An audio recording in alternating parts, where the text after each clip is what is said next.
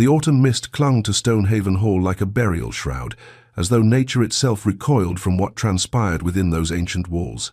Seraphina stood motionless in the stone-cold chapel antechamber, her ivory gown ghostly against the grey light filtering through lancet windows.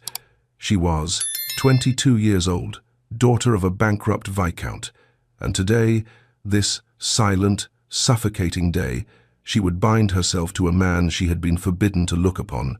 She had not chosen him. Her father's debts had chosen for her. Footsteps echoed from the nave, measured, deliberate, belonging to a man who moved through his own house like a spectre, commanding the living to avert their eyes. She had heard whispers about Gideon, Duke of Stonehaven, 36 years of age, never married, though many had tried, a man of terrifying intellect and greater isolation, a man who kept even servants at a distance, who conducted his life in shadows, who had not sat for a portrait in a decade. The rumors spoke of a disfigurement, a scandal, a shame so profound he had built his entire existence around concealment. The door opened. Seraphina's breath caught. He entered with his back partially, turned, his tall frame wrapped in black velvet that seemed to drink the meager light. His hair was dark, nearly black, worn longer than fashion allowed, as though he used it as a curtain. His shoulders were broad, his movements controlled with unnatural precision, and he positioned himself so that she saw only his profile, the strong line of his jaw, the aristocratic nose, but never the full view of his face. Gideon, Duke of Stonehaven, did not look at her at all. He kept his face angled toward the stained glass window, his voice emerging from that carefully maintained distance. "Miss Seraphina." His voice was low, roughened, as though scraped across gravel. "Your Grace," she whispered, executing a flawless curtsy to a man who would not witness it. "The terms have been agreed upon," he said, still not turning. "The ceremony will proceed immediately. Your belongings have been sent ahead to Stonehaven. You will occupy the Duchess's wing. You will want for nothing material." He paused, and Seraphina felt the temperature in the room drop. "There is one rule in my house, one rule that governs everything else, and you will obey it absolutely." Seraphina's fingers tightened in the silk of her gown.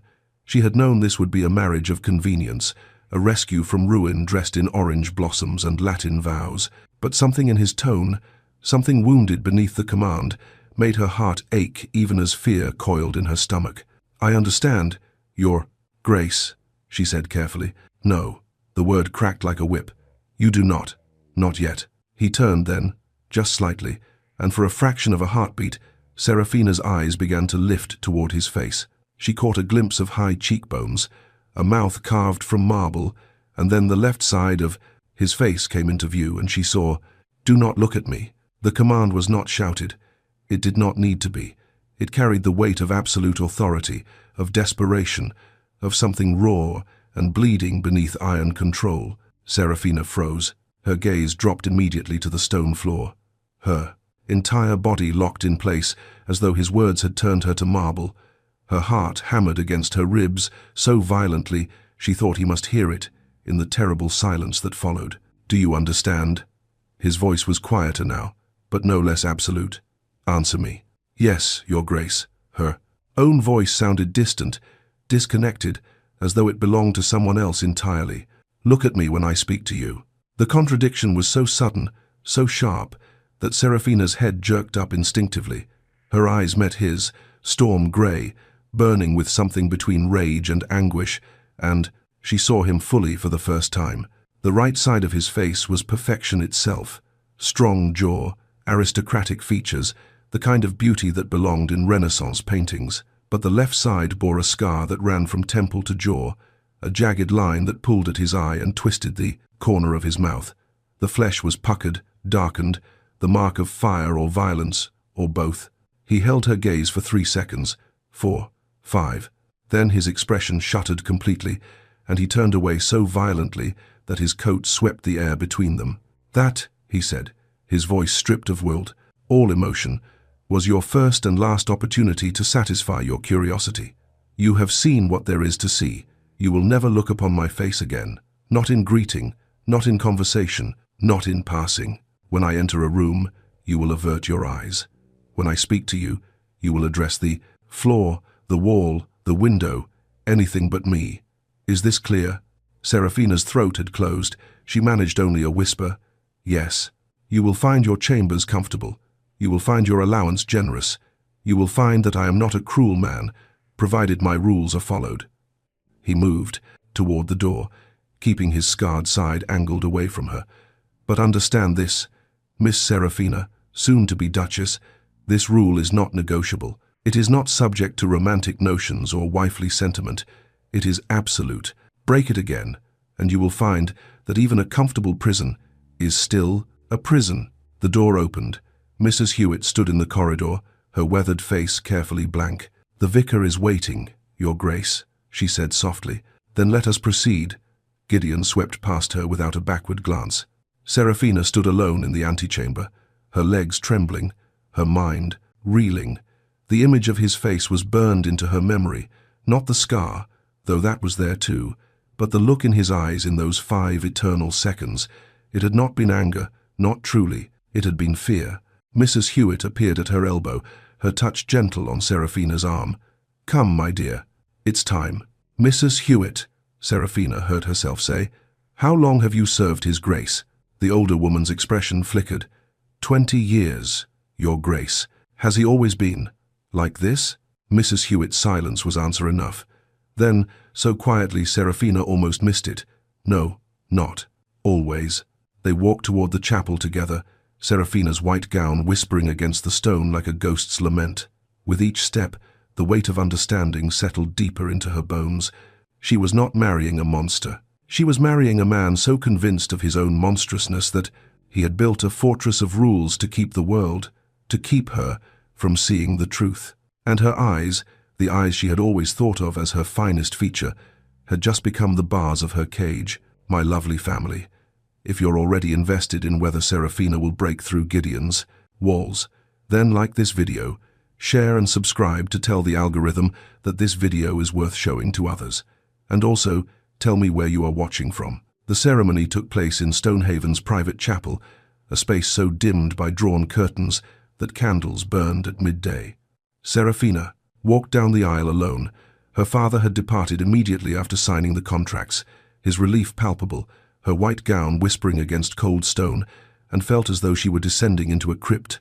Gideon stood at the altar, positioned so that she approached him from behind and to the side. She could see the breadth of his shoulders beneath midnight blue velvet, the rigid line of his spine, but never his face. The vicar, an elderly man with rheumy eyes that held infinite sadness, gestured for her to take her place. She stood beside her husband-to-be, carefully angling her, gazed toward the stained glass window where weak autumn light struggled through scenes of martyrdom and sacrifice. When the vicar asked if he took this woman to be his lawfully wedded wife, Gideon answered with a single word: yes. No emotion, no warmth, a door closing. When it was her turn, Seraphina kept her gaze fixed on the prayer book in the vicar's trembling hands. "I do." The vicar pronounced them man and wife. Gideon did not turn to her, did not lift her veil, did not kiss her. "It is done," he said quietly, and walked out of the chapel, his footsteps echoing like the prosotent. Closing of a vault, the vicar's eyes were filled with pity as he closed his prayer book. "God be with you, Your Grace," he murmured, though Seraphina could not tell whether the blessing was meant for her or for the man who had just abandoned her at the altar of their own wedding. There was no wedding breakfast, no guests, no celebration. Mrs. Hewitt appeared like a ghost herself, materializing from the shadows near the chapel entrance. "Your Grace, if you'll follow me." Seraphina lifted her heavy skirts and followed the housekeeper through corridors that grew progressively darker. Every window was shrouded in thick velvet. The few servants they passed kept their eyes downcast, pressing themselves against the walls as though afraid to occupy the same space as their new mistress. No one offered congratulations. No one smiled. They climbed a sweeping staircase lined with portraits that had been turned to face the wall, their ornate frames backing onto the hallway like a row of closed doors. Seraphina's fingers trailed along the banister, and she noticed the wood was dusty despite the otherwise immaculate household. As though no one touched this railing, as though no one climbed these stairs except when absolutely necessary. "These are the Duchess's chambers," Mrs. Hewitt said softly, opening a door at the end of the east wing. The suite was beautiful in a haunting way, decorated in pale silvers and soft greys that seemed to absorb what little light filtered through the heavily curtained windows. An enormous canopied bed dominated the bedroom, draped in silk that pooled on the floor like spilled mercury. The dressing room was stocked with gowns Serafina had never seen, each more exquisite than the last, though all in muted tones. Greys, silvers, the palest blues, colors that would make her fade into the shadows.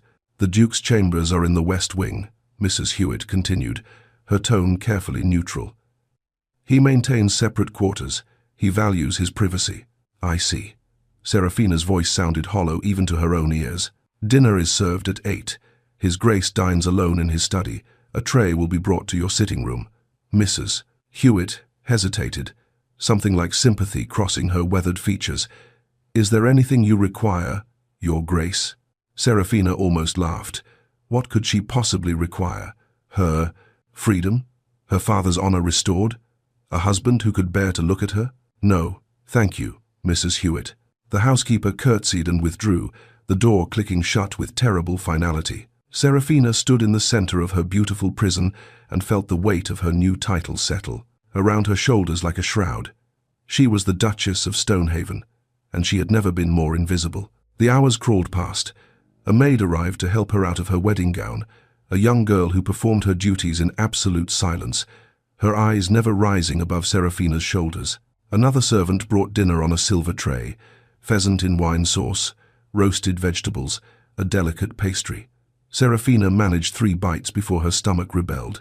Night fell, and still she heard nothing from the West Wing. At 10:30, a knock sounded at her door. Serafina's heart leapt into her throat. "Yes, His Grace requests your presence in his chambers." The voice belonged to a man, a valet, perhaps. "I will escort you." Her hands trembled as she pulled on the silk dressing gown the maid had laid out. It was the palest grey, nearly white, and made her look like a ghost. How fitting. The valet was a thin man with silver hair and the same careful blankness in his expression that all the servants seemed to wear. He led her through the darkened corridors without a word, down the main staircase and across to the West Wing. Here, the shadows were even deeper. The few candles burning in sconces had been placed in such a way that they cast more shadow than light. He stopped before a heavy oak door. "His Grace is within." Then he departed, his footsteps fading, until Serafina stood alone in the corridor. She raised her hand to knock, but the door opened. Before her knuckles made contact, "Enter." Gideon's voice came from somewhere deep within the room. "And close the door behind you." Serafina stepped inside, her eyes struggling to adjust. The chamber was vast and shrouded in near-total darkness. Heavy curtains blocked every window. A single candle burned on a table near the massive bed, but it had been positioned so that its light fell away from the bed itself, creating an island of shadow. "Come here." She moved forward, her bare feet silent on thick carpet. As she approached, she could make out his form, a dark shape against darker shadows, standing with his back to her near the window. "This is a marriage in name and law," he said, his voice carefully controlled. "I will fulfill my duty to provide an heir. You will fulfill yours to accept it. But understand that this changes nothing. The rule remains absolute." Serafina's throat was so tight she could barely breathe. "I understand, Your Grace." "Look at the wall." She obeyed, fixing her gaze on the dark paneling to her left. She heard the rustle of fabric as he removed his coat, his waistcoat, heard the quiet sound of his footsteps as he approached. He moved behind her, and she felt his fingers at the laces of her dressing gown, efficient and impersonal as a servant's. "You will not turn around," he said quietly. "You will not look at me. Not now, not ever in this room. Do you understand?" "Yes." The word was barely a whisper. The silk pooled at her feet. What followed was duty performed in darkness. He never turned her to face him. His hands were careful but distant, as though touching her required the same fortitude as touching flame. When he spoke, it was only to give quiet instructions. "Move here, lie still, breathe." His voice coming from behind her, above her, but never while facing her. She stared at the shadows on the wall and felt tears slide silently down her temples. When it was done, he withdrew immediately. She heard him dressing in the darkness, the whisper of linen and wool. "You may return to your chambers." Serafina sat up slowly, pulling her dressing gown around herself with shaking hands. She kept her eyes on the floor as she stood, as she walked toward the door. Serafina. She froze, her hand on the door handle. It was the first time he had used her given name.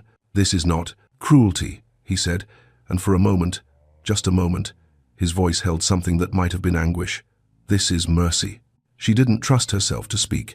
She simply opened the door and fled down the dark corridor, back to her beautiful prison, where she finally allowed herself to weep. She had thought the wedding ceremony felt like a burial, but this was what it meant to be a ghost. The days at Stonehaven Hall blurred into a strange, silent rhythm. Serafina learned to move through her new life like a dancer performing steps she had never been taught, always aware of where Gideon might be, always prepared to avert her eyes at a moment's notice. She complied with his rule absolutely. When he entered a room, her gaze dropped. When he spoke to her, which was rarely, and only to convey necessary information, she addressed the air beside his left shoulder or the carpet, beneath his feet. She never sought his face directly, but she learned to see him anyway. In the mornings, she discovered, he walked the portrait gallery, that long corridor where the paintings faced the walls. She would hear his footsteps from her chambers, always at dawn, always the same, measured pace. One morning, curiosity drove her to crack open her door just enough to watch his retreating form.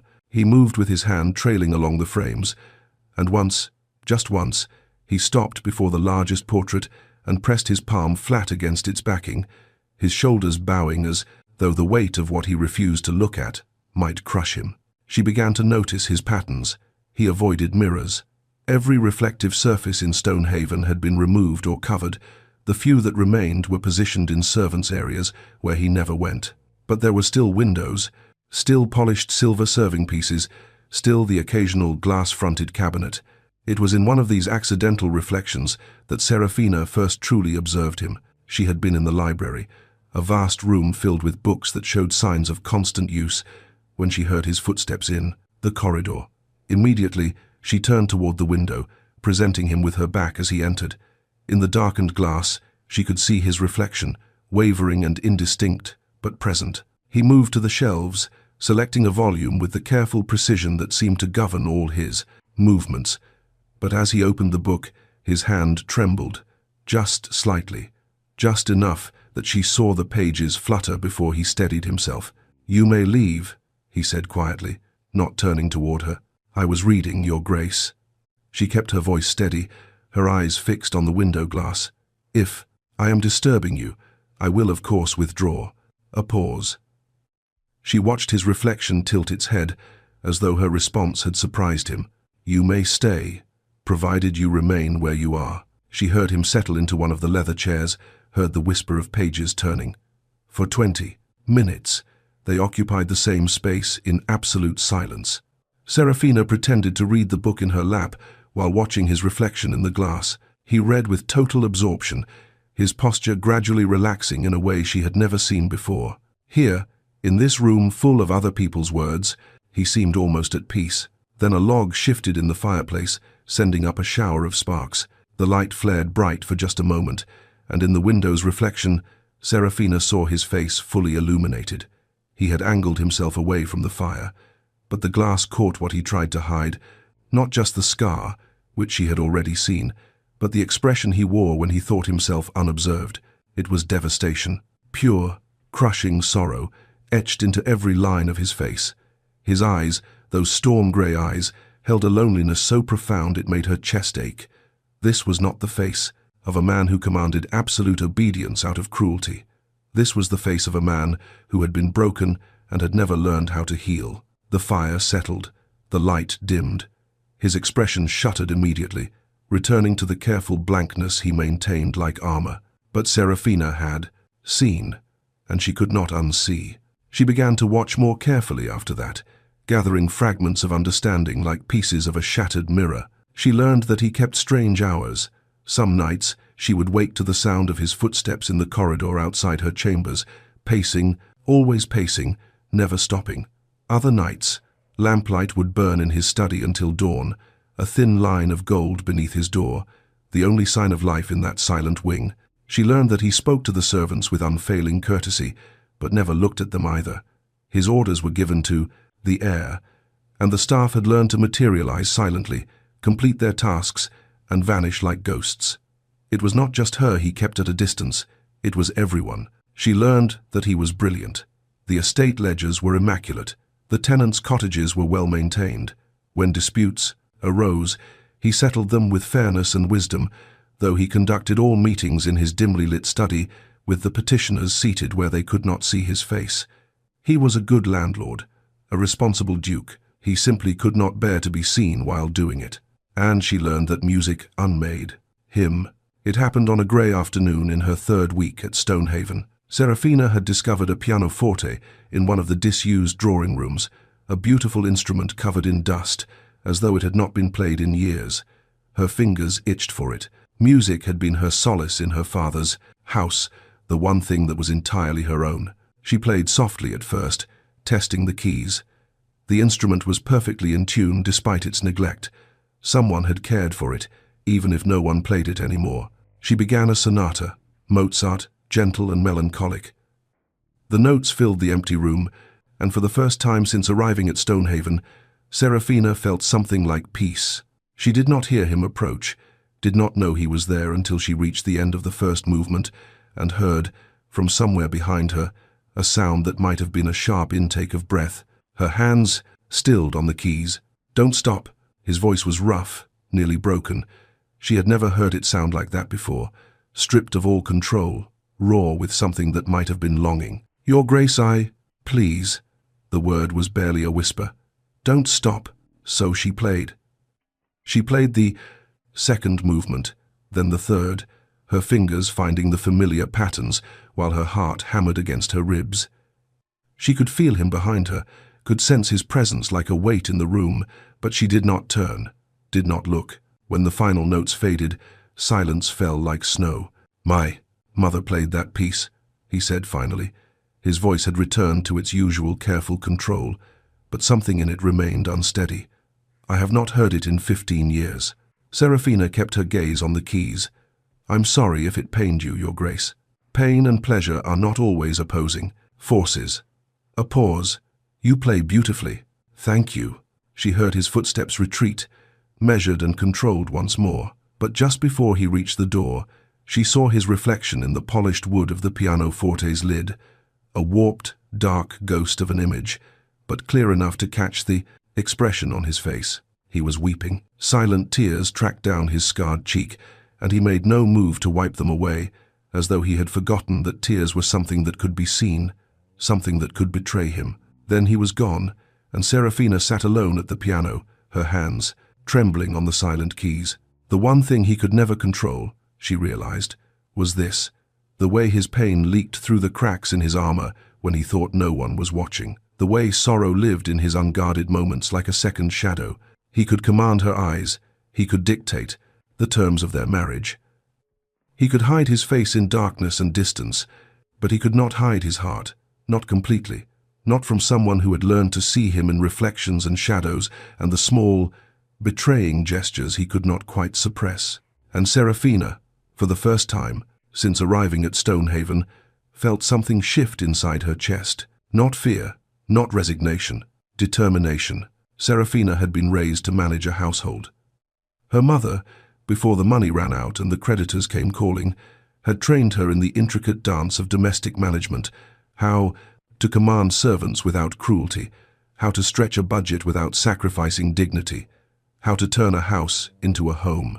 Stonehaven Hall was not a home, it was a mausoleum, but Serafina had been given nothing else to do with her days, and idleness had never suited her. She began with observation.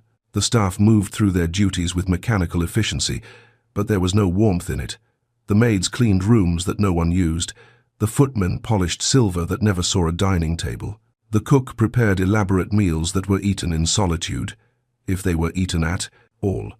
Everyone performed their tasks in silence, as though Gideon's prohibition against being seen had extended to being heard as well. Mrs. Hewitt managed them with weary competence, but even she seemed worn down by the oppressive quiet, her kind eyes shadowed by years of serving a master who had slowly disappeared into darkness. Serafina could not speak to Gideon, could not reach him, could not even look at him without violating the one absolute rule of her existence. But she could do this. It started with the kitchen maid, a girl no more than 15 with raw, reddened hands and a persistent cough that echoed through the servants' corridors.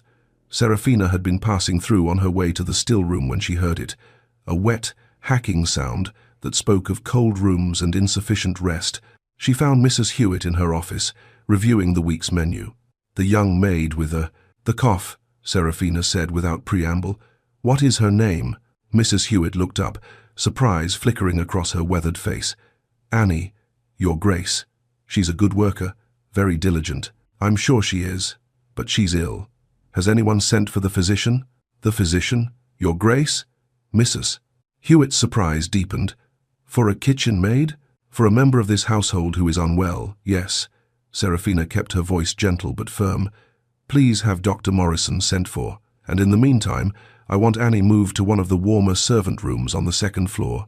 She's to have beef, broth, honey and lemon, and she's not to return to work until the cough has cleared." Mrs. Hewitt stared at her for a long moment. Then something in her expression softened. "Right away, Your Grace." The physician came. Annie was diagnosed with a bronchial infection and prescribed rest and warmth. Within a week, the cough had subsided. Within 2, the girl was back at work, her eyes bright with health and something else, a fierce, dog-like loyalty whenever Serafina passed through the kitchen. Word spread through the servants' quarters like wildfire. The new Duchess noticed. The new Duchess cared. Serafina discovered that the scullery was poorly ventilated, causing the staff who worked there to develop persistent headaches. She had windows installed. She found that the maids were sharing worn-out shoes, their feet blistered and bleeding by day's end. She ordered new shoes, for everyone, properly fitted. She learned that the stable hands took their meals in a drafty corner of the barn and had a servants' dining hall properly heated and furnished. She never asked Gideon's permission. The household accounts were generous, obscenely so, and these expenditures were well within her purview as Duchess. If he noticed the changes, he said nothing. Perhaps he didn't notice at all, moving through his darkened world without seeing what happened in the lit corners of his own house. But the servants noticed. Mrs. Hewitt began seeking her out each morning to review the day's plans. The housekeeper's suggestions were invaluable. She knew every corner of Stonehaven, every inefficiency, every small misery that had gone unaddressed for years. Together, they began to chip away at the accumulated neglect. The cook, a formidable woman named Mrs. Barrow, initially regarded Serafina with suspicion, but when Serafina asked, not ordered, but genuinely asked, what the woman needed to run her kitchen properly, Mrs. Barrow's reserve crumbled. She needed new pots, she admitted. The copper ones had worn through. She needed a better stove. She needed a scullery maid who wasn't half dead from exhaustion. She got all 3. Within a month, the quality of the meals improved dramatically. Mrs. Barrow began preparing dishes with the kind of care that only came from pride in one's work, and when Serafina complimented a particularly excellent roast, delivered via Mrs. Hewitt, as Serafina still took her meals alone, the cook was seen wiping tears from her eyes. The transformation was subtle but inexorable. Serafina moved through Stonehaven like a quiet tide, bringing small warmths to cold corners. She had flowers brought in from the greenhouses, placed in the servants' quarters. She established a lending library of books for the staff. She ensured that everyone had 1 full day of rest per week, a practice that had somehow fallen by the wayside. She learned their names, all of them, every maid, every footman, every stable hand, and scullery worker and gardener. She learned about their families, their troubles, their small joys, and she helped where she could, always quietly, always without fanfare. When Thomas, the head groom, mentioned his daughter needed spectacles but couldn't afford them, Serafina had a pair, commissioned. When Mary, one of the housemaids, received news that her mother was dying, Serafina gave her a month's wages in advance and sent her home in the Duke's own carriage. The staff began to watch for her. When she walked the corridors, they no longer pressed themselves against the walls. In silent deference, they curtsied or bowed, yes, but they also smiled. They greeted her softly. "Good morning, Your Grace." "Lovely day, Your Grace." "Will you be wanting the blue drawing room open today, Your Grace?" The house was beginning to breathe again. Serafina also began the careful work of letting light back into Stonehaven.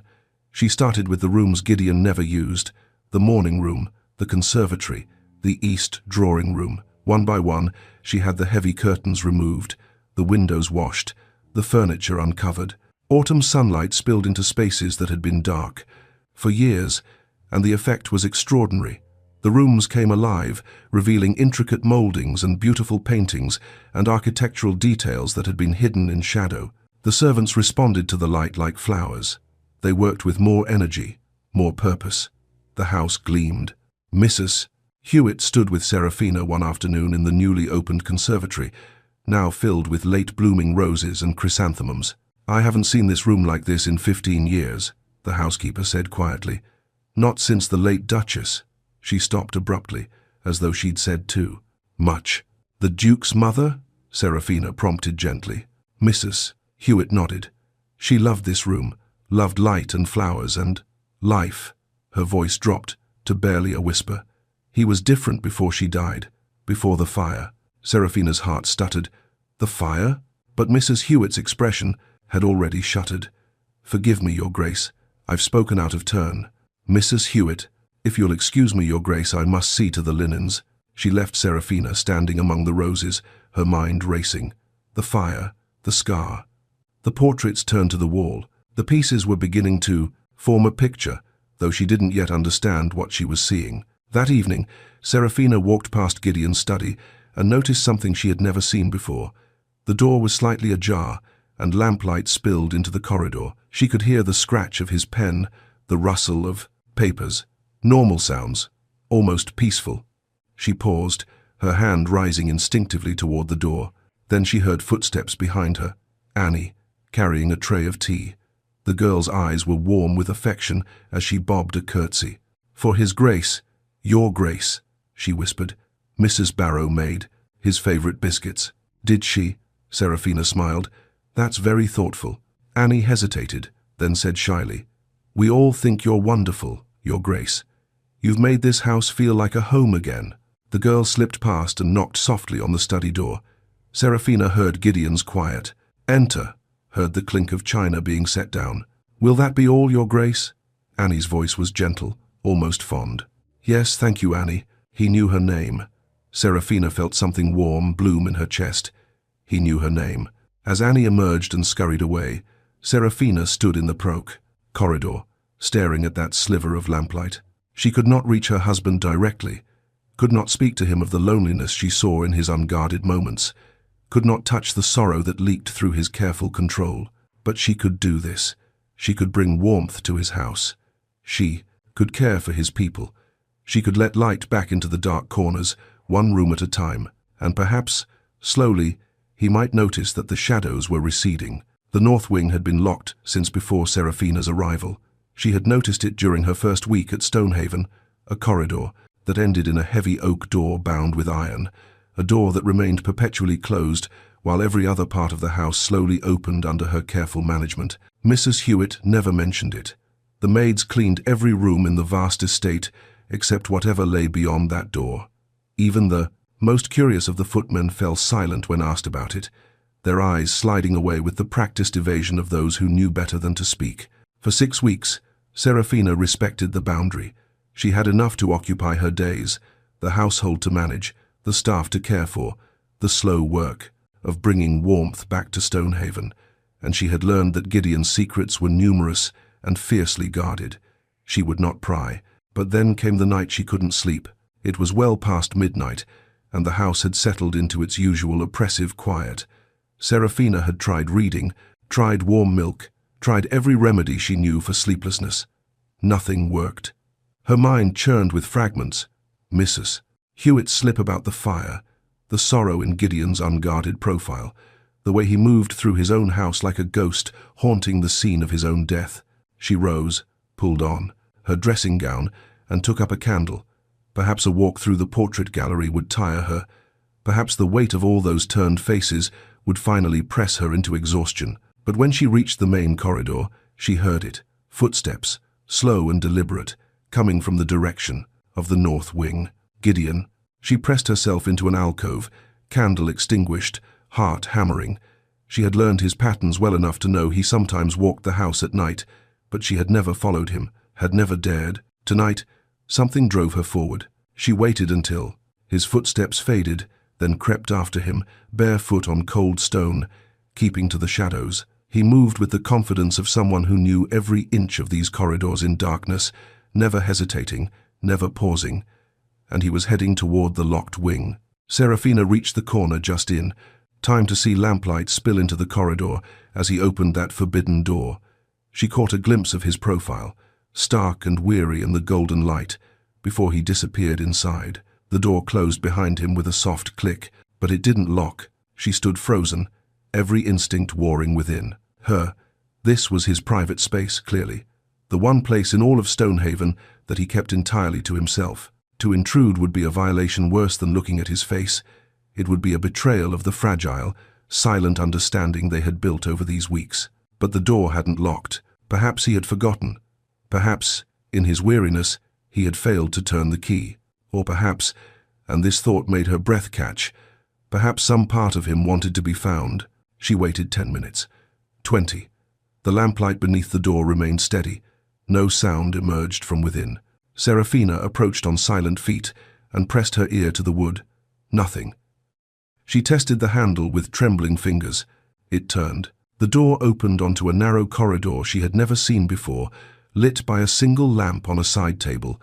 The walls here were bare stone, older than the rest of the house, as though this section predated the grand renovations that had created Stonehaven's current magnificence. The air smelled of dust and something else, char, faint but unmistakable. She moved forward, her heart in her throat. The corridor opened into a circular chamber, and Serafina's breath stopped. It had been a beautiful room once. She could see the remnants of elegance in the carved moldings, the tall windows, the intricate parquet floor, but fire had ravaged it. Black scorch marks climbed the walls like grasping hands. The windows were broken, their frames warped and twisted. Furniture lay in charred heaps, barely recognizable.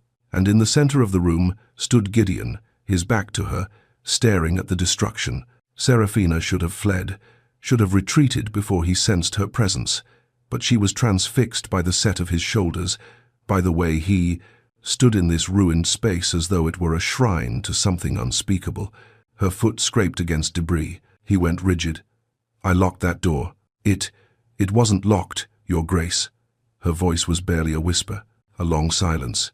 Then, without turning, "Leave, please. I didn't mean to intrude.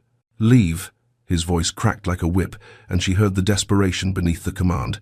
"Now, Serafina, before I—" He stopped, his hands curling into fists at his sides.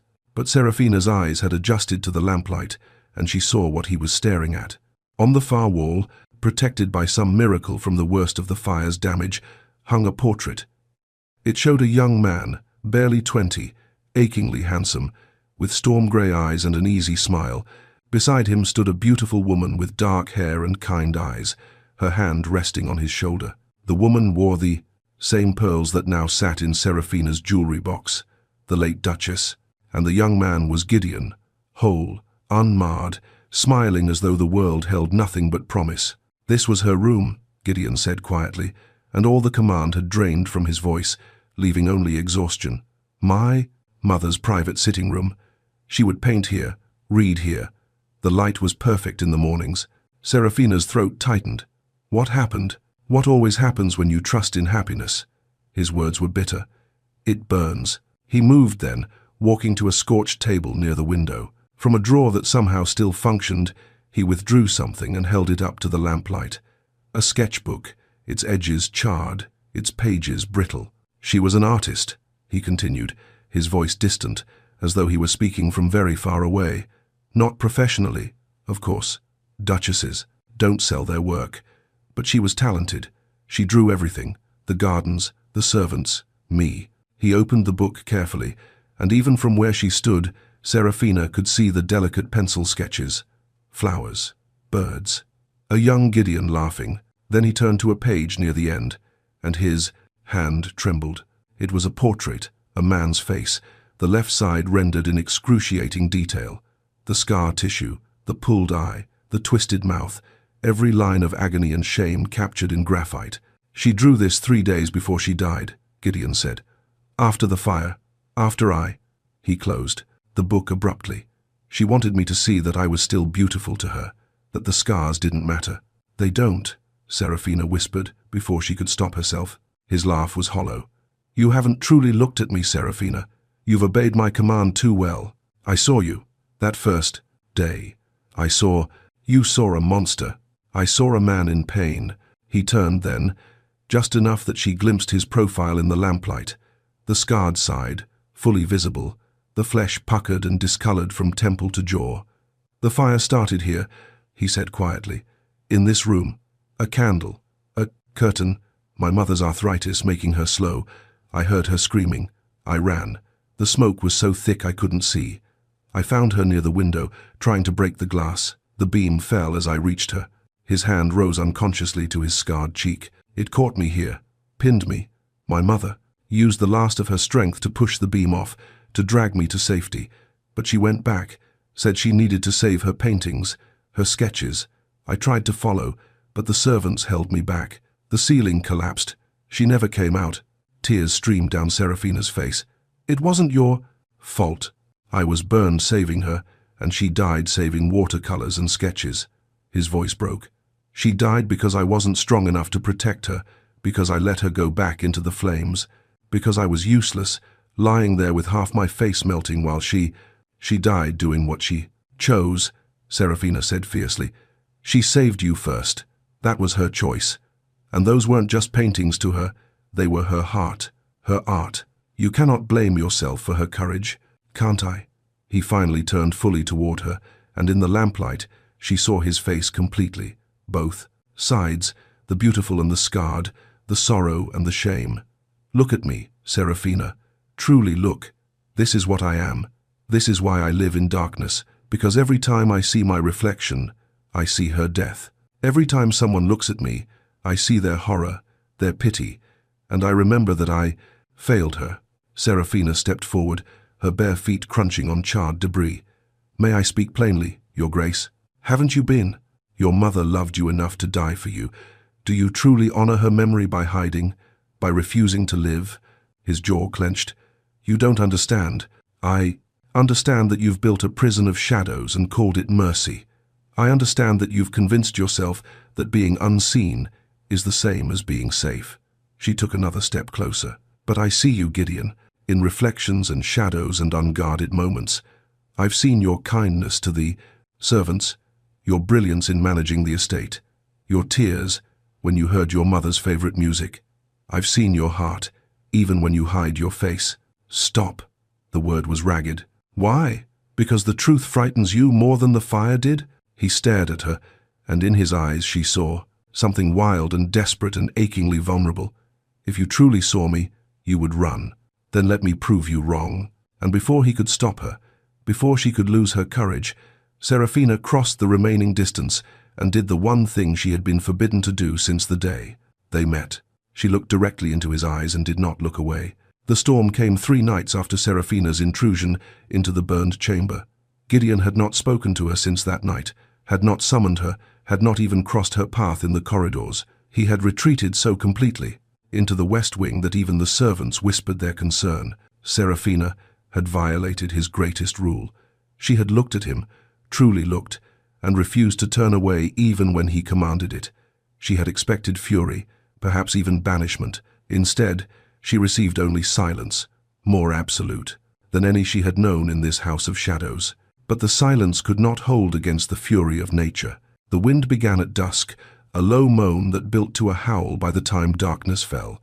Rain lashed the windows with such violence that Serafina feared the glass would shatter. She stood in her sitting room, watching the ancient oaks in the park bend nearly double under the onslaught, their branches clawing at the sky like drowning hands. Mrs. Hewitt appeared at her door, her face pale. "Your Grace, we're battening down as best we can, but this storm, I've not seen its like in 30 years. The staff are securing the shutters and moving valuables away from the windows. What can I do to help?" The housekeeper's expression softened. "Stay safe, Your Grace. Stay away from the windows and the upper floors. The roof's old in places, and in weather like this. She shook her head. His Grace is in the West Wing library. He's refused to come down to safer quarters. Of course he had. Seraphina's jaw tightened. Thank you, Mrs. Hewitt. The housekeeper curtsied and hurried away, leaving Seraphina alone with the sound of the storm and the cold knot of worry in her stomach. The West Wing library was on the 3rd floor, in one of the oldest parts of the house. If the roof was compromised, she tried to ignore it, tried to tell herself that Gideon was a grown man who could make his own choices, that he had made it abundantly clear he wanted nothing to do with, to her. But she couldn't shake the image of him alone up there, surrounded by books and shadows, too proud or too wounded to seek safety. The crack, when it came, was loud enough to be heard over the storm. Seraphina's head snapped up. That had come from above, from the direction of the West Wing. She ran to her door and threw it open, just as one of the footmen came sprinting down the corridor. "Fire!" he shouted. "Lightning struck the West Wing." Her blood turned to ice. "Where?" "The library, Your Grace. The roof's burning." She didn't think. She simply ran. The corridors filled with smoke as she climbed the stairs, acrid and choking. Servants rushed past her carrying buckets of water, their faces tight with fear. She pressed her sleeve to her mouth and kept climbing, her heart hammering against her ribs. The West Wing library door was closed, and smoke seeped from beneath it like reaching fingers. She grabbed the handle, hot, searingly hot, and threw it open. The scene was chaos. Lightning had punched through the old roof, and flames were spreading across the ancient timbers with terrifying speed. Rain poured through the breach, but it wasn't enough to stop the fire. Books ignited like kindling. The air was thick with smoke and burning ash. And in the center of it all stood Gideon, frozen before a wall of burning shelves, staring at the flames as though seeing a ghost. "Gideon!" she screamed his name, propriety abandoned. "Get out! The roof is going to collapse!" He didn't move, didn't even turn. His face was illuminated by the firelight, and she saw that same terrible paralysis she had seen in the burned chamber, the look of a man trapped in the past, watching his mother die all over again. A beam cracked overhead. Seraphina didn't hesitate. She ran through the smoke and grabbed his arm, pulling with all her strength. "Gideon, please. We have to go." He jerked as though struck, his eyes finally focusing on her face. "You shouldn't be here," he said, his voice hoarse from smoke. "Get out. Go." "Not without you," I said. "Go." He tried to wrench his arm free, but she held on with desperate strength. "No, I won't leave you to burn like she did."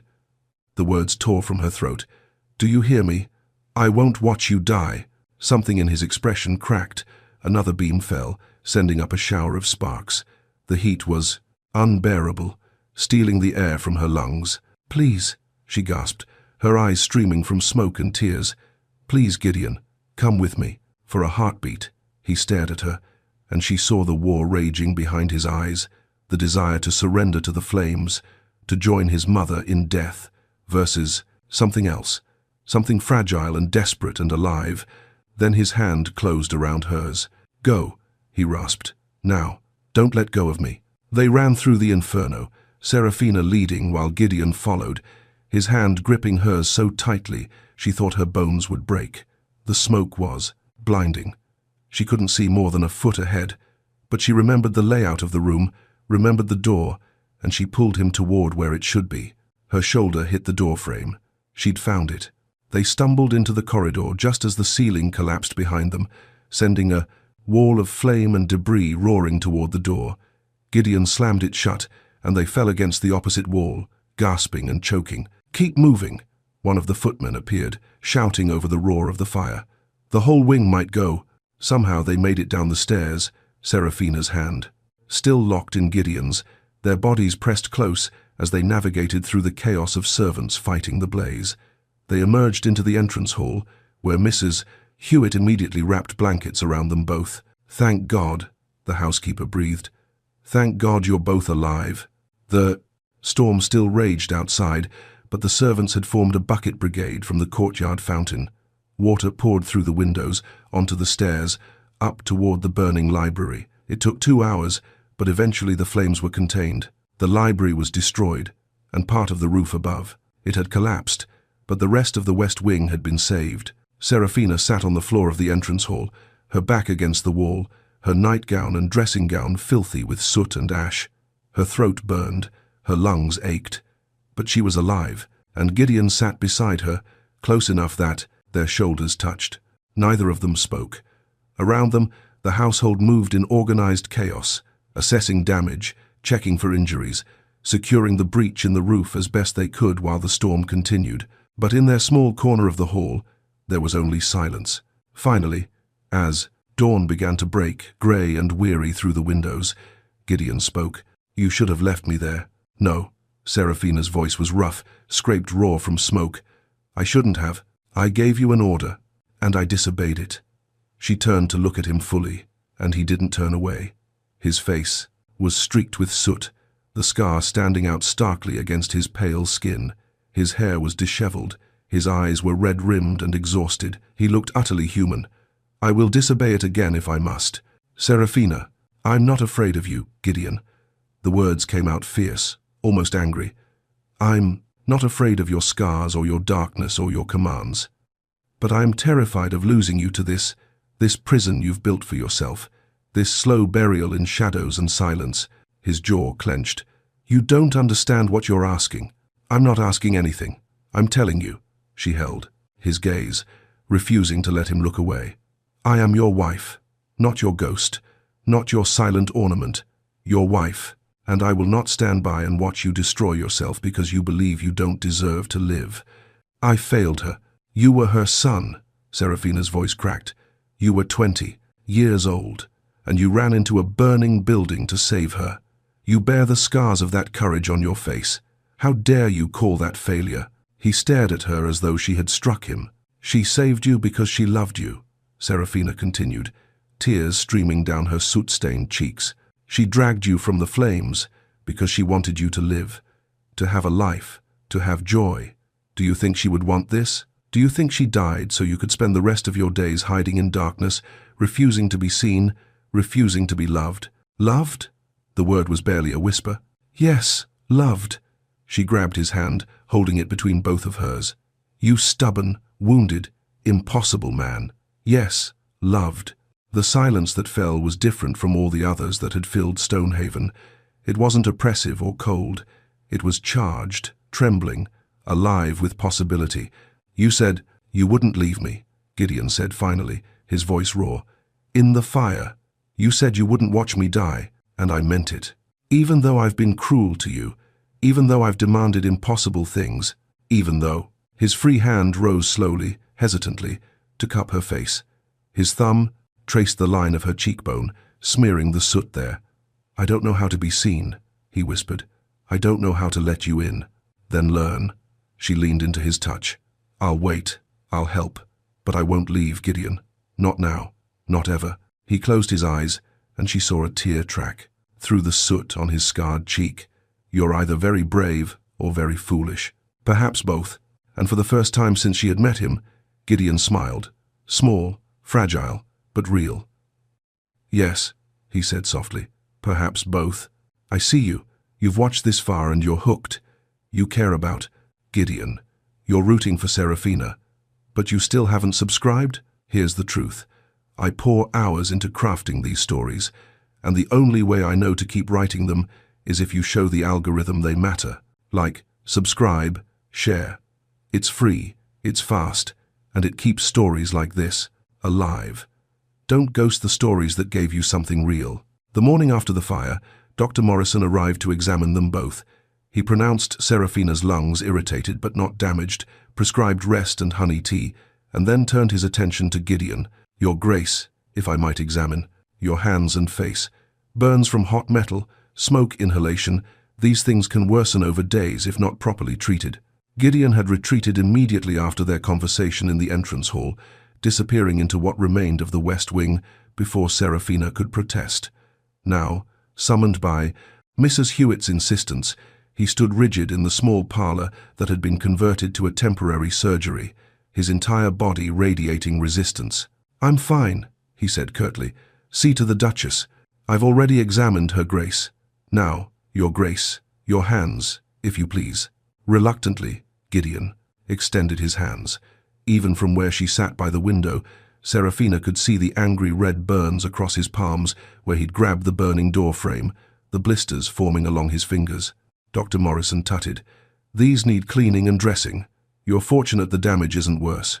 And I'll need to check your face and neck for burns from the sparks." "No." The word was absolute. "Your Grace, I understand you value your privacy, but—" "I said no." Gideon pulled his hands back. "Treat the hands if you must. Nothing else." The physician looked helplessly at Serafina. She rose slowly, her smoke-damaged throat still aching. "Dr. Morrison, perhaps you could prepare the dressings and leave them with me? I can tend to His Grace's wounds." Both men stared at her. Gideon's expression was unreadable, but something flickered in his eyes, fear perhaps, or the faint ember of hope. "Your Grace," Dr. Morrison said carefully, "these burns require proper medical attention. I assisted my mother's physician for years before my father's debts made such things impossible," Serafina said quietly. "I know how to clean and dress a wound. If His Grace will accept my care, I can manage it." Gideon was silent for a long moment. Then, barely audible, "Very well." Dr. Morrison looked between them, clearly understanding there were currents here that had nothing to do with medicine. He nodded slowly. "I'll prepare everything you need, Your Grace. Clean the burns with this solution first, then apply the salve, then bandage. Change the dressings twice daily. If you see signs of infection, redness, heat, suppuration, send for me immediately." He gathered his supplies, gave detailed instructions, and finally took his leave, though not without a last concerned glance at Gideon's rigid form. The door closed. Silence fell like snow. Serafina moved to the table where Dr. Morrison had left his supplies: clean linen, a bottle of antiseptic solution, a tin of salve, bandages. Her hands were steady as she arranged them, though her heart hammered against her ribs. "Sit," she said softly, gesturing to the chair near the window. Gideon didn't move. "You don't have to do this." "I know. Sit anyway." He sat slowly, as though his body was fighting the command. Serafina pulled a stool close and positioned herself in front of him, then gently took his right hand in hers. The burns were worse up close, the skin blistered and raw, the edges already darkening. "This will hurt," she warned. "I know." She dampened a cloth with the antiseptic solution and began cleaning the first burn. Gideon's hand twitched, but he made no sound. His jaw clenched so tightly she could see the muscle jumping beneath his skin. "You should have worn gloves," she murmured, focusing on her work. The door handle was burning hot.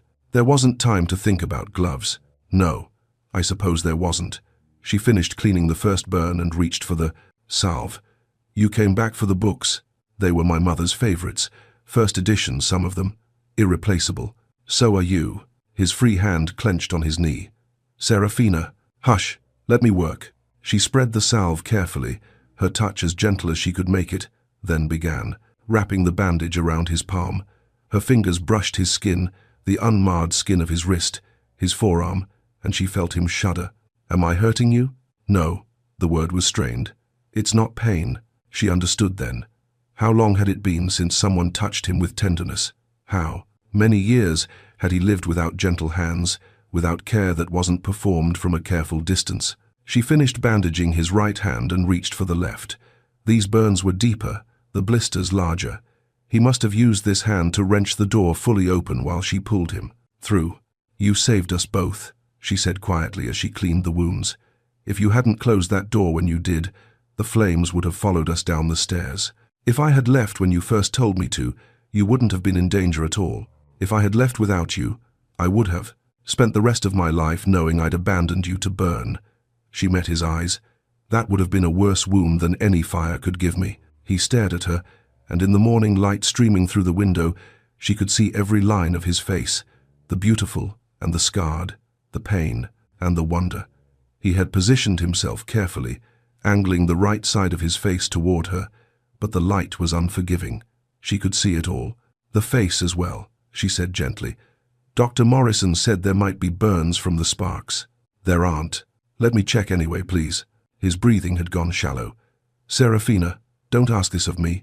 I'm not asking. I'm your wife, and you're hurt, and I'm going to tend to you." She set aside the bandaged hand and reached up slowly, giving him time to pull away. I need you to turn toward the light. No. Gideon, her hand, hovered near his face. Please, trust me. I can't. His voice broke. I can't let you. You'll see. I've already seen you. In the burned chamber. In the fire last night. I've seen you in shadows and lamplight and dawn. I know what you look like. Not like this. Not in full daylight. Not with you looking directly at me, examining me like... He jerked to his feet, backing away from her. I won't be studied like some medical curiosity. Serafina rose slowly, her hands open and unthreatening. You're not a curiosity. You're my husband. And you're hurt. That's all I see right now. Someone who needs care. Liar. The word was harsh. You see the scar? Everyone sees the scar. Yes, I see it. She took a step toward him. I see the scar. I also see your eyes, which are the color of storms. I see your hands, which are strong and gentle when you think no one's watching you. Handle a book. I see the way you stand, the way you move, the line of your shoulders. I see all of you, Gideon, not just the parts you hate. He had backed himself against the wall, and she could see his chest rising and falling rapidly, could see the panic in his eyes. Stop. Please stop. Why? Because I'm not recoiling? Because I'm not looking away in horror? She moved closer, slowly, as though approaching a wounded animal. You want me to be disgusted. You've convinced yourself that's what you deserve. But I'm not disgusted, and I won't pretend to be just to make you feel safer in your prison. You don't understand. She reached up and gently turned his face toward the window, toward the unforgiving morning light. He went rigid under her touch, his eyes squeezing shut, as though he couldn't bear to see her expression. The scar was livid in the harsh light, the puckered flesh, the pulled eye, the twisted corner of his mouth. Old burn scars, she realized. The kind that came from prolonged exposure to intense heat. He must have lain under that beam for minutes, not seconds, while his mother fought to free him. Look at me, she whispered. I can't. Look at me, Gideon. Slowly, as though it cost him everything, he opened his eyes. She held his gaze steadily, her hand gentle against his scarred cheek. I see the man, not the monster. I see someone who ran into fire to save his mother. I see someone who carries his grief like a second skin because he believes he doesn't deserve to set it down. I see someone who is so much more than this scar, this pain, this shame. You can't possibly, his voice cracked. I can, I do. She traced the edge of the scar gently with her thumb, and he flinched. Does this hurt? No. It's been years. The nerve damage. I barely feel anything there. Then you can't feel this? She leaned up and pressed her lips to the scarred flesh, just below his eye. Gideon made a sound, something between a gasp and a sob. His hands came up to grip her arms, whether to push her away or pull her. Closer. She couldn't tell. She kissed the scar again, following its path down his face. I see you, she whispered against his skin. I see you, and I am not afraid. I am not repulsed. I am only sorry that you've carried this alone for so long. Serafina. Her name was a broken prayer. Let me tend to you. Please, let me care for you. Not because you're wounded, but because you're mine, and I am yours. And that's what we do. We care for each other. He was trembling now, great shudders running through his frame. Slowly, he nodded. She guided him back to the chair and positioned him, fully in the light, the scarred side of his face exposed without shadow or concealment. She examined him carefully, professionally, looking for burns from the sparks. There were small marks on his neck, minor singes that needed salve but nothing serious. She treated them gently, her touch sure and steady, while he sat rigid beneath her hands, his eyes fixed on some point beyond her shoulder. All done, she said finally, stepping back. He raised his bandaged hands to his face, as though to hide, then lowered them slowly. I don't know what to do with this, he whispered. With you. With what you're asking of me. I'm not asking for anything except that you let yourself be seen, let yourself be cared for. She knelt before him, taking his bandaged hands in hers. You don't have to love me, Gideon. You don't have to give me anything you're not ready to give. But please, please, stop trying to disappear. He looked down at her, and in his eyes she saw the walls beginning to crack, saw the careful control he'd maintained for 15 years starting to crumble. What if I don't know how to do anything else? He asked. and his voice was very small. "Then we'll learn. Together." The change was not dramatic. There was no grand declaration, no moment of surrender. But in the days following Serafina's tending of his wounds, something shifted in the fabric of Stonehaven Hall. Gideon did not seek her out, but he stopped fleeing when she appeared. The first time, she encountered him in the portrait gallery. 3 days after the fire, he stiffened but did not immediately retreat. She kept her distance, moving slowly past him as she had business elsewhere, and though his jaw clenched and his scarred hand gripped the window frame with white-knuckled tension, he remained. "Good morning, Your Grace," she said softly, not looking directly at him. A long pause. Then, so quietly she almost missed it, "Good morning." It was the first civil exchange they'd had in daylight in all their weeks of marriage. The second change came when she played the pianoforte. She had returned to her practice, filling the empty drawing room with Mozart and Handel, finding solace in the familiar patterns of notes. She always played in the late afternoon, when the light was gentlest and Gideon was usually sequestered in his study. But one day, midway through a sonata, she felt a presence in the doorway. She didn't stop playing, didn't turn around, but she knew he was there, could feel his attention like a physical weight. She continued through the piece, her fingers finding the keys with practiced ease, and when she finished, the silence that followed was different, warmer. "My mother loved that piece," he said from the shadows near the door. "She played it on my father's birthday, every year. Would you like me to play something else?" Serafina kept her gaze on the keys, giving him the gift of not being observed. "No, it was perfect. Thank you." When she finally dared to glance toward the doorway, he was gone. But a small lamp had been lit on the table near the piano, one that hadn't been there before. An offering, a small light in the darkness. The third change came a week after the fire, when Serafina found a note slipped under her door.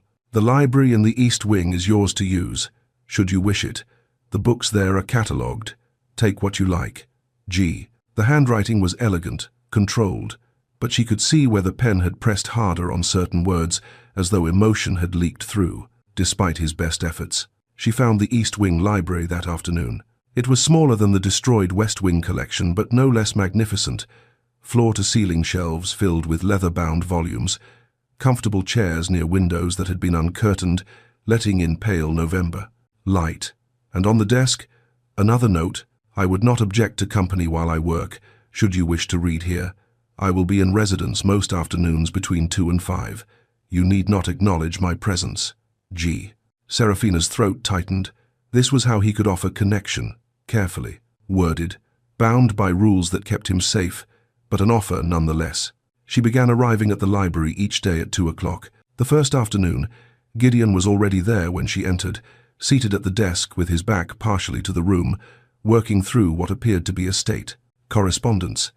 He stiffened when she entered but said nothing. She selected a book, a volume of poetry, and settled into the chair near the window, angling herself so she could see his silhouette without directly observing him.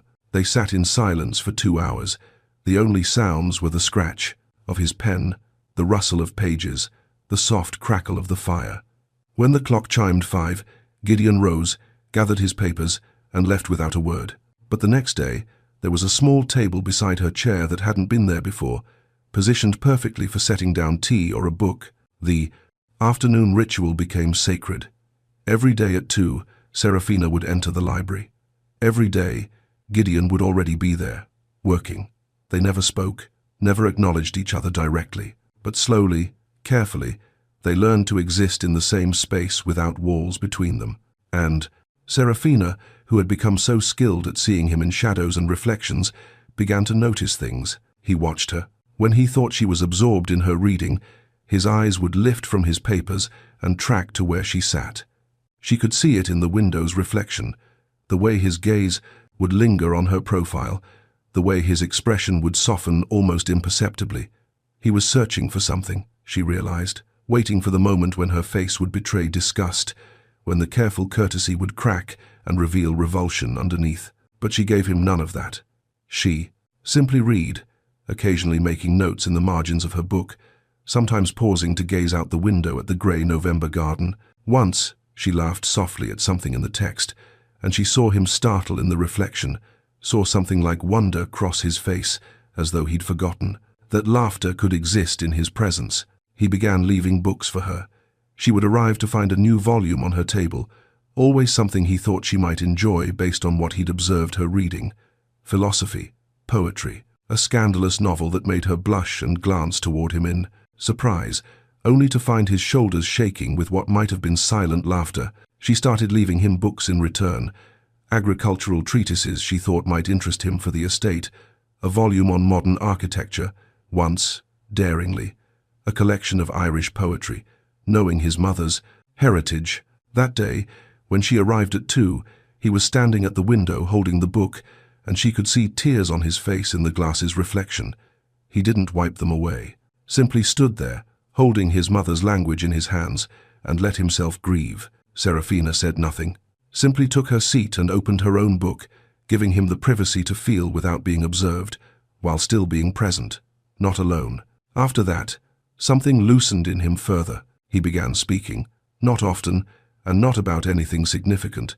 Small observations about the books they were reading, questions about her opinions on estate matters.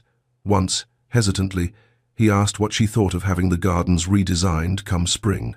"I think," she said carefully, "that your mother's rose garden should be restored.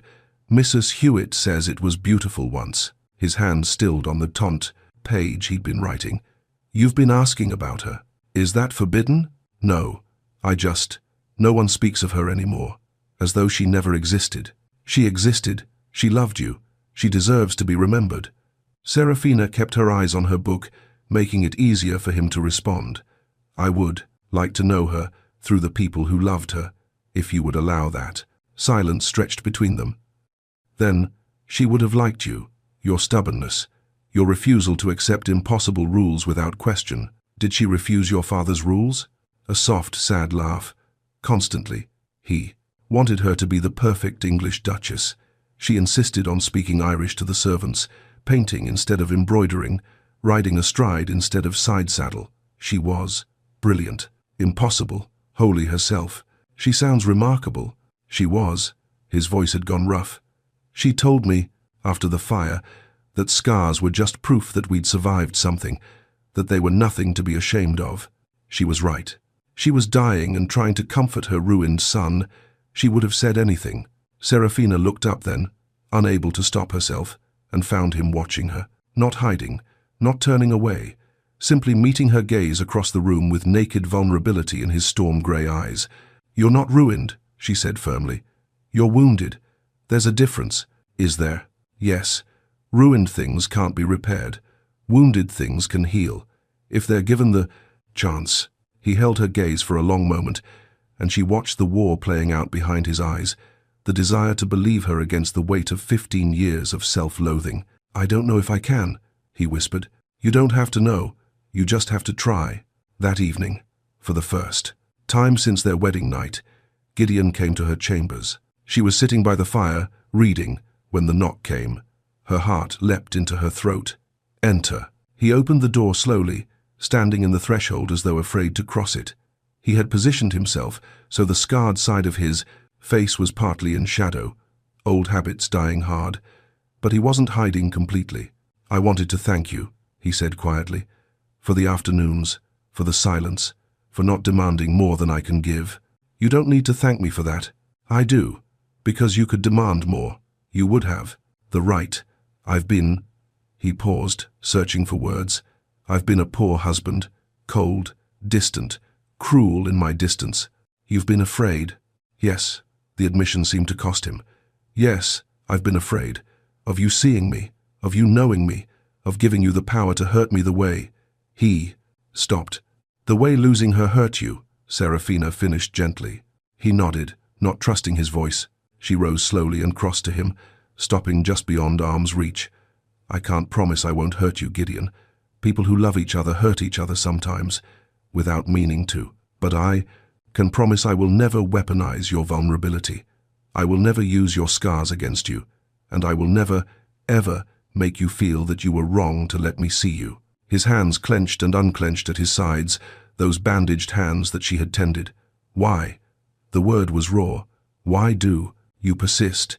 Why not accept the easy distance I offered? Why fight for this, for me? Because you're worth fighting for. She said it simply, as though it were the most obvious truth in the world. Because underneath all the shadows and silence, I see a good man, a kind man, a man who deserves to be loved, not despite his wounds, but with full knowledge of them. A shudder ran through him. I don't know how to accept that. Then don't, not yet. Just don't push me away. That's all I ask. Let me stay in the small light with you, and maybe, someday, we can open the curtains a little wider. He looked at her for a long moment, and she saw hope and fear warring in his expression. Then, slowly, he extended his bandaged hand. She took it carefully, mindful of his healing burns, and felt his fingers close around hers. Small light, he agreed quietly. We'll start there.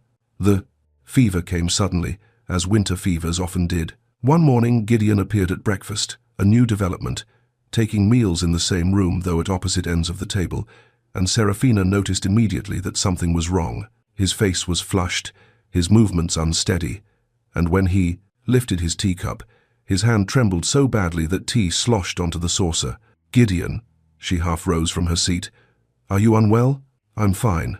But his voice was rough, strained, just tired. I didn't sleep well. He made it through the meal through sheer force of will, but when he stood to leave, he swayed. Serafina reached him just as his knees buckled, catching him as best she could, though his weight nearly took them both down. Mrs. Hewitt, she called, her voice sharp with fear. Send for Dr. Morrison, now. The household mobilized with practiced efficiency. Footmen appeared to help carry Gideon to his chambers.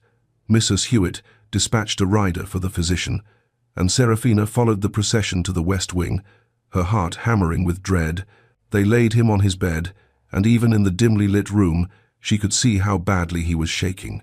His skin burned to the touch. The burns, Mrs. Hewitt said quietly, beginning to unwrap the bandages on his hands. They must have become infected despite our care. Oh, Your Grace, I should have watched more carefully. This isn't your fault. Serafina's voice was steadier than she felt. We did everything, properly. Sometimes infection happens regardless. Where is Dr. Morrison?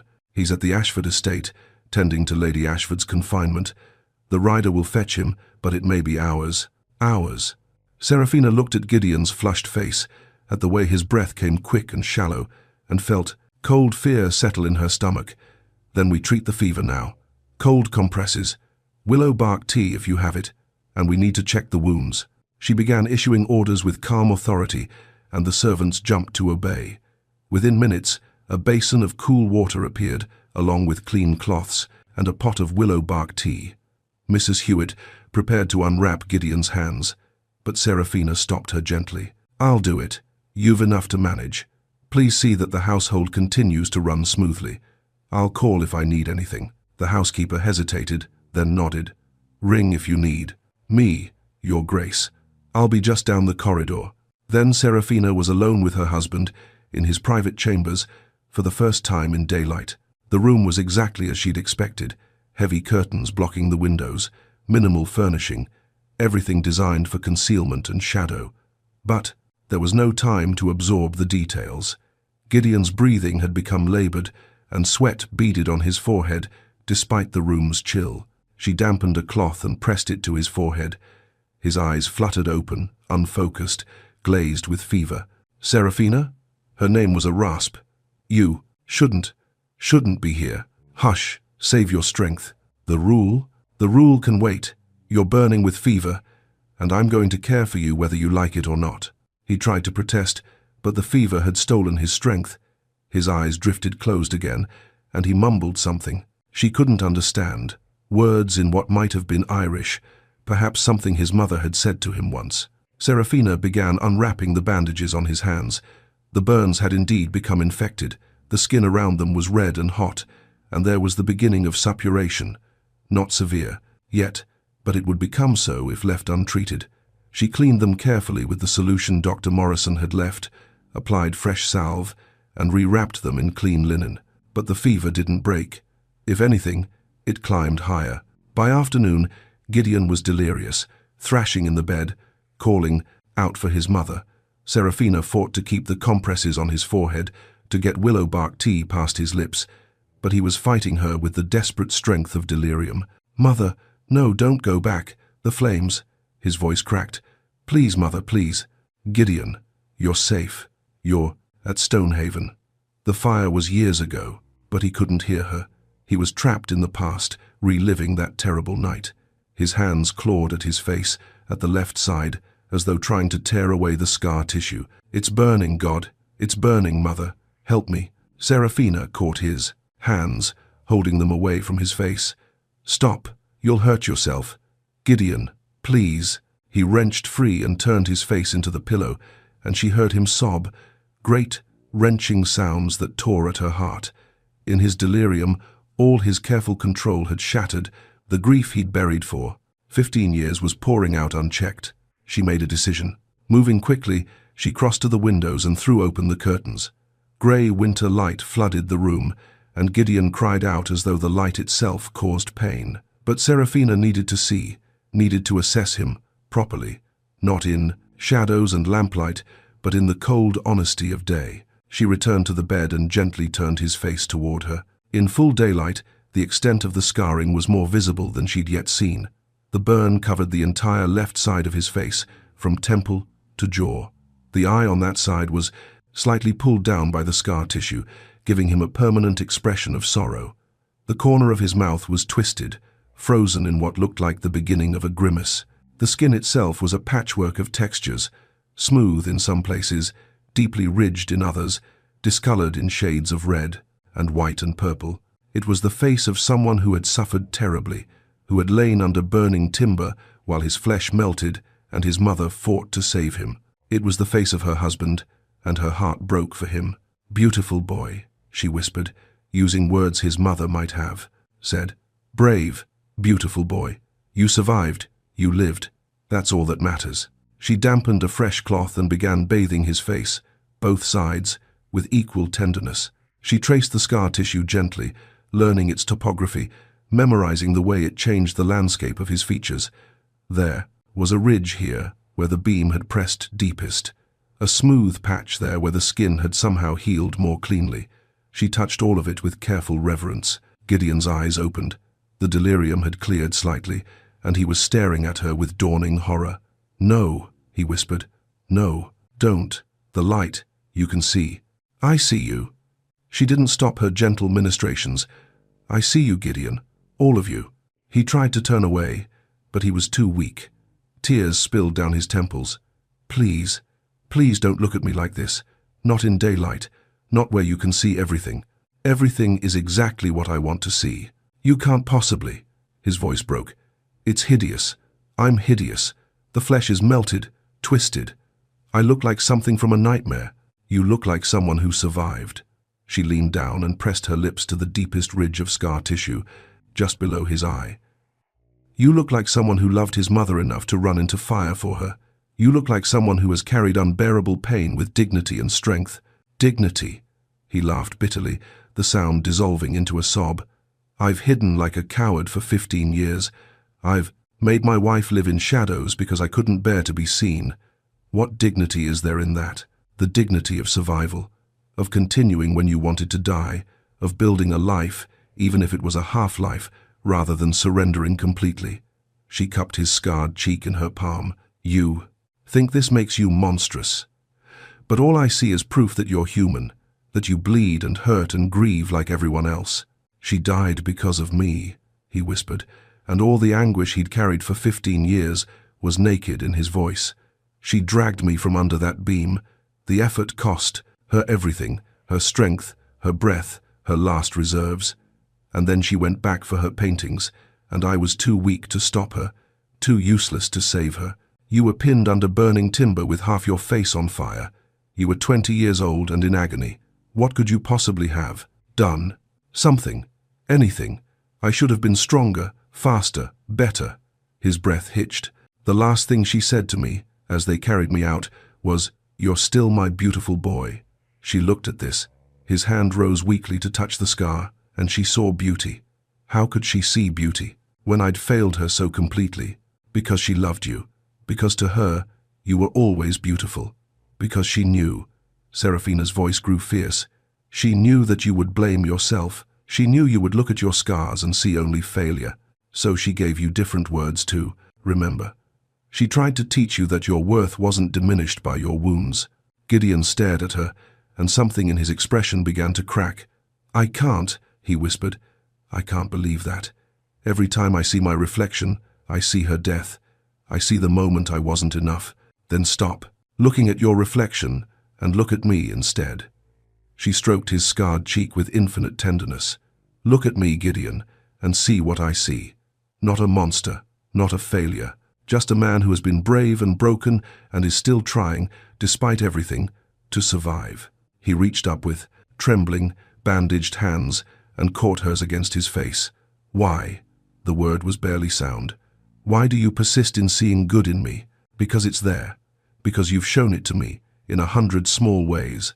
The books you leave for me, the way you speak gently to the servants, the afternoons. You've let me share your space even when it terrified you, because I know who you are beneath the scars and the shadows, and that man is worth loving. Loving? He said the word as though it were foreign. Yes, loving. She leaned down until their foreheads touched. I love you, Gideon. Your wounds and your grief, and your terrible stubbornness, and all of it. I love you. He shattered. Whatever control he'd maintained broke completely, and he wept. 15 years of grief and shame and loneliness pouring out in great, racking sobs. Serafina gathered him as close as she could, cradling, his head against her shoulder, and let him break in her arms. I'm sorry, he gasped between sobs. I'm sorry for the coldness, the distance, the impossible rules. I'm sorry I made you live in darkness because I couldn't face the light. I'm sorry. Hush, no more apologies, just heal. Let to yourself heal. They stayed like that as the grey afternoon light faded, Serafina holding her husband while he grieved, stroking his scarred face with gentle fingers, whispering words of comfort and love. When Dr. Morrison finally arrived, he found them thus, the Duke of Stonehaven asleep in his wife's arms, his scarred face exposed to daylight for the first time in 15 years, and the Duchess keeping vigil with fierce, protective tenderness. The fever? The doctor asked quietly. Breaking, Serafina said without moving. The infection in his hands needs treatment, but I believe the worst has passed. Dr. Morrison looked at them, really looked, and something like wonder crossed his weathered face. Yes, he said softly. I believe you're right. I believe the worst has passed indeed. The morning Gideon ordered the curtains removed from the west wing. The entire household stopped to watch. Mrs. Hewitt stood with her hand pressed to her heart as footmen climbed ladders and pulled down the heavy velvet that had shrouded those windows for 15 years. Winter sunlight, pale and cold but achingly bright, spilled into corridors that had known only lamplight and shadow. Gideon stood in the center of the main corridor, his face fully visible in the streaming light, and did not hide. Serafina found him there an hour later, standing before the uncovered windows with his hands clasped behind his back, watching dust motes dance in the sun. The light doesn't hurt, as much as I remembered, he said quietly, not turning. I'd convinced myself it would be unbearable, but it's just light.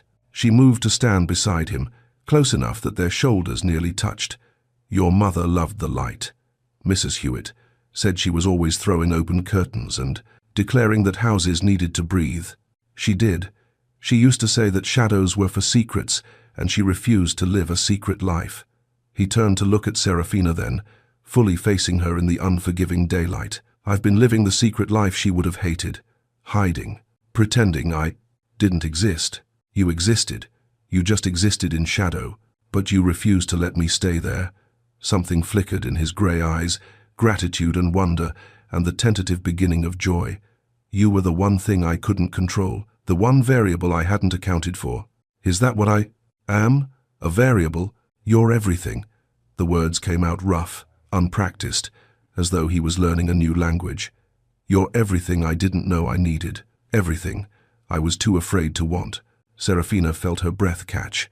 In the 2 weeks since the fever had broken, Gideon had been different, softer, more present, seeking her out rather than avoiding her.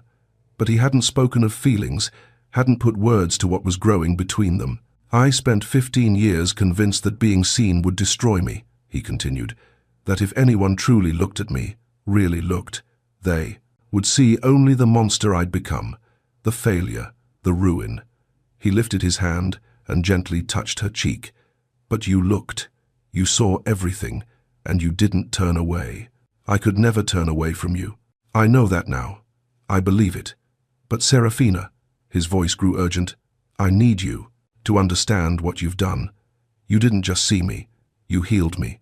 Not the scars, those will always be here, but the wound beneath them, the shame, the certainty that I was unlovable. You healed that. Tears pricked her eyes. You were always lovable, Gideon. You just needed someone to show. You showed me.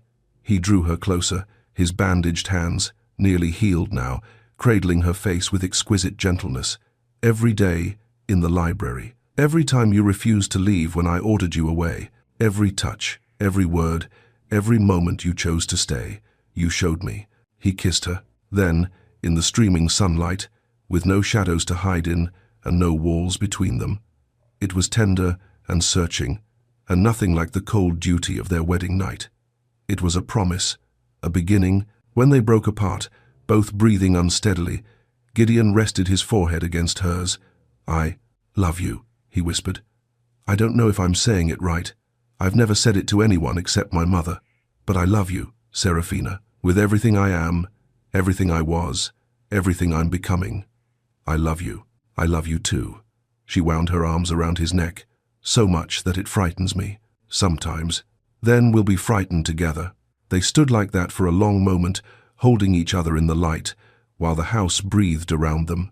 Over the following weeks, Stonehaven transformed, not just the physical space, though the removal of curtains and the return of light worked small miracles, but the entire atmosphere. The oppressive silence lifted. Servants smiled openly. Laughter echoed in corridors that had been mute for years, and Gideon emerged. He began taking meals with Serafina, not at opposite ends of a table, but sitting close enough to touch.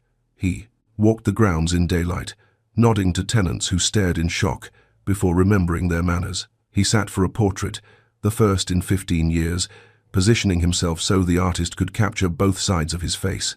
I want our children to know what I truly looked like, he told Serafina as he sat for the preliminary sketches. Not some idealized version, not a man hiding in shadows, just me. Our children. The words made her heart sing. He began seeking her gaze. Where once he had forbidden her to look at him, now he actively searched for her eyes across rooms, at dinner, in quiet moments. He learned to read her expressions, the slight furrow between her brows when she was concentrating, the way her eyes crinkled before she laughed, the soft warmth that came into them when she looked at him. Your eyes don't lie, he told her one evening as they sat, together in the library, their library now, shared without hesitation. I used to think being seen meant being judged, but when you look at me, all I see is acceptance. Love. It's the most extraordinary gift. You give me the same gift, she said quietly. You see me, not the bankrupt Viscount's daughter who was married off to settle debts, not a useful ornament or a silent wife. You see me, Gideon, the real me. The stubborn, impossible, brilliant woman who refused to let me destroy myself. He smiled, still tentative, still unpracticed, but genuine. Yes, I see you. How could I not? You're the light that led me out of darkness. They began making plans. The rose garden would be restored in spring, a memorial to Gideon's mother. The portraits in the gallery would be turned around and properly displayed. The north wing would be renovated, not destroyed, but transformed. The burned chamber would become something new, a music room, perhaps, where Serafina could play and Gideon could listen and light could stream through tall windows. I want to host a ball, Gideon said one morning over breakfast, and Serafina nearly dropped her teacup. A ball, a proper one. Music, dancing, guests. I want to introduce my wife to society. I want to show them that the Duke of Stonehaven is no longer a ghost in his own house. He reached across the table and took her hand. And I want to dance with you, in front of everyone, in full light. You don't have to do that for me. I'm not doing it for you. I'm doing it for us, for the life we're building together. His thumb traced circles on her palm. I've spent 15 years hiding from the world, but I don't want to hide anymore. I want to live, Seraphina, truly live, with you. The ball was planned for early, spring, when the gardens would begin to bloom and the worst of winter's darkness would be past. But there were smaller, private moments that meant even more. One night, as they prepared for bed, sharing chambers now, the separation of east and west wing finally abandoned, Seraphina sat at her dressing table while Gideon stood behind her. Their eyes met in the mirror, and she saw him take a deep breath. I used to avoid mirrors, he said quietly, covered them all, couldn't bear to see what I'd become. And now I see us, together. And the face looking back at me doesn't seem so monstrous when yours is beside it. She turned on the stool to face him. May I touch you? He knew what she was asking, knew she meant the scar, which she had touched only in moments of crisis or care, never simply for the sake of touching. Please, he whispered. She rose and guided him to sit on the edge of the bed, then knelt before him. Slowly, reverently, she raised her hand to his scarred cheek. She traced the ridge of tissue that ran from temple to jaw, learning its contours with gentle fingers. She touched the pulled corner of his eye, the twisted edge of his mouth, the patchwork of textures that told the story of his survival. This is my favorite part of you, she said softly. His breath hitched. How can you possibly? Because this is where you show your truth, your courage, your capacity to endure. She leaned forward and kissed the scar, just as she had during the fever.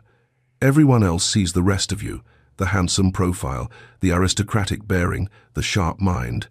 But this, another kiss, this is mine. This is the part of you that only I truly know, the wounded part, the surviving part, the part that proves you're human and breakable, and still here despite everything.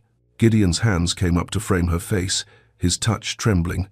I was so certain I would die alone, he whispered, that I would live out my days in shadow and silence, and no one would truly know me, that no one would want to. I want to. I want to know every part of you, the light and the shadow, the strength and the wounds, all of it. He drew her up and onto his lap, holding her close, his face buried in her hair. You are the one thing I could never control, he murmured against her skin, the one force I couldn't bend to my will. You refused to unsee me once you'd looked, refused to stop loving me once you'd started, and that terrified me more than the fire ever did. Why? Because it meant I had something to lose again. Someone who mattered more than my shame, more than my fear, someone who could hurt me worse than any flame. He pulled back to look at her, and his eyes were bright with unshed tears. But you never wielded that power like a weapon. You only ever used it to heal. That's what love does, she said simply. It heals. If we let it, then I'm letting it. He kissed her, deep and slow and full of promise. I'm letting you heal me. I'm letting myself heal. I'm letting us begin. They made love that night with the curtains open, moonlight streaming across the bed, nothing hidden. Gideon's scars were visible in the silver light, and Seraphina touched each one with tenderness, mapping the geography of his pain and survival. And when he touched her in return, his hands were reverent, worshipful, learning her body the way she had learned his heart, with patience and wonder and absolute devotion. Afterward, they lay tangled together, his hand idly stroking her hair while she traced patterns on his chest. Tell me about the future, he said quietly, the one we're building together. What do you see? I see children, she said, running through the gardens, filling this house with noise and laughter. I see the rose garden in full bloom, with your mother's favorite flowers. I see balls and flowers, dinners and Stonehaven as it was meant to be, alive, full of light and warmth and love. I see that too. His arms tightened around her. And I see us, growing old together, still sitting in the library at 2 o'clock, still leaving each other books, still finding new ways to know each other, still choosing each other, every day. Always, she promised. Every day, every moment. I choose you, Gideon. And I choose you, my light, my love, my home. They fell asleep like that, wrapped in each other and bathed in moonlight. Two wounded souls who had found healing in the simple, radical act of being truly seen. And in the morning, when sun streamed through the uncovered windows and illuminated every corner of the room, Gideon woke beside his wife and smiled, not in shadow, not in hiding, but in full, glorious light. He was seen, he was known, he was loved. And for the first time in 15 years, he was free. You have just watched a complete emotional journey, and if you felt anything, if you smiled when Gideon finally let himself be loved, if you teared up during the fire, if you wanted to scream just kiss already, then you owe it to this story to like, subscribe, and share. Because someone is desperate for a story that makes them feel something, and you have the power to give that to them in one tap. If this story gave you an escape, a feeling, a moment of beauty, pay it forward. Share to your friends. Tag a friend who loves historical romance. Subscribe so you catch the next one, because I'll keep writing these, but only if you show me they matter. Don't let this be the story you loved and forgot to share. At the end of this video, you'll see a suggestion for another powerful story from our channel. Click it and let yourself be surprised by even more unforgettable emotions with love. The Victorian Royals Stories team.